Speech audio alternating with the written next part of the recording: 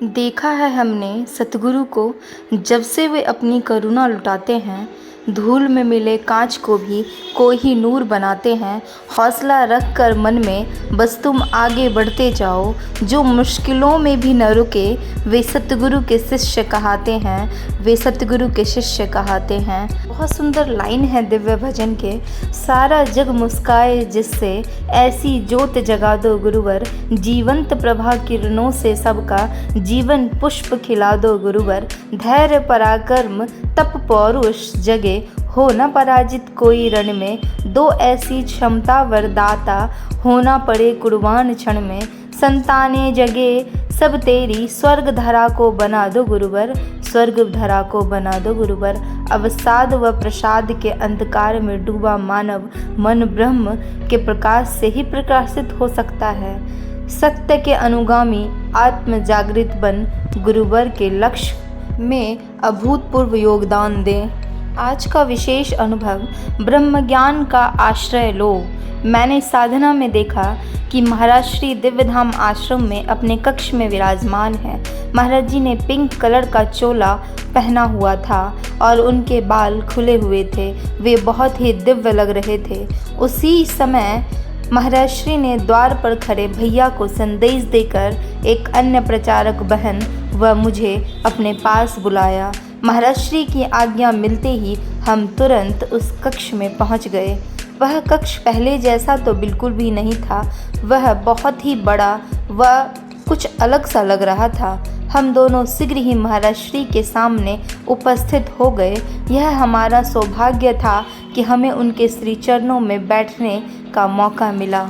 उन्होंने क्यों बुलाया है, क्या कारण होगा, इन सब बातों को तो हमने सोचा ही नहीं।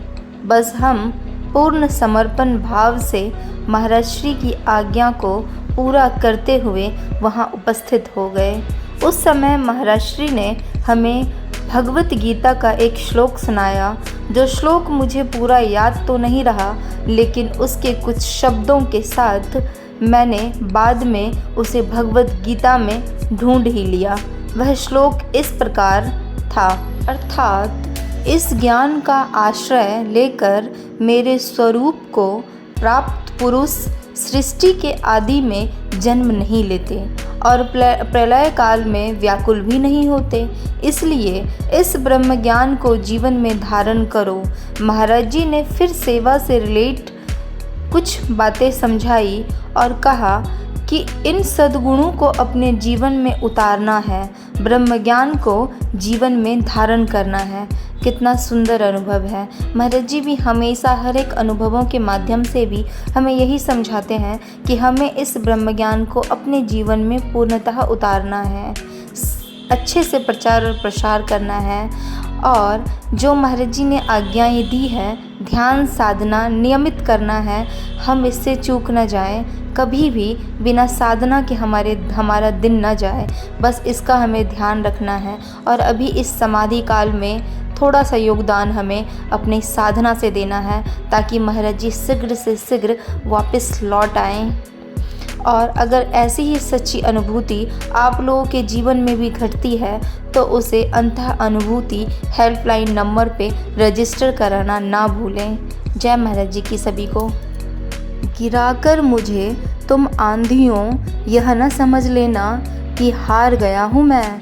अब चल नहीं सकता, मेरे दिल और दिमाग पर अब भी मेरा मुकाम है। मत सोचना कि अब आगे मैं बढ़ नहीं सकता, मेरे हाथों की लकीरों से विजेता घोषित हूँ मैं। उठूँगा अब तूफान सा, फिर रुक नहीं सकता। प्लीज़ DJJS यूट्यूब चैनल को ज़रूर सब्सक्राइब करें अगर आप लोगों ने नहीं किया है, और अपने फैमिली मेम्बर्स से भी करवाएं, क्योंकि अभी की ये सेवा है, ताकि इस चैनल के माध्यम से यह ज्ञान और ये प्रचार प्रसार बहुत लोगों तक पहुंच पाए और सब इसका लाभ उठा पाए। जय महाराज जी की।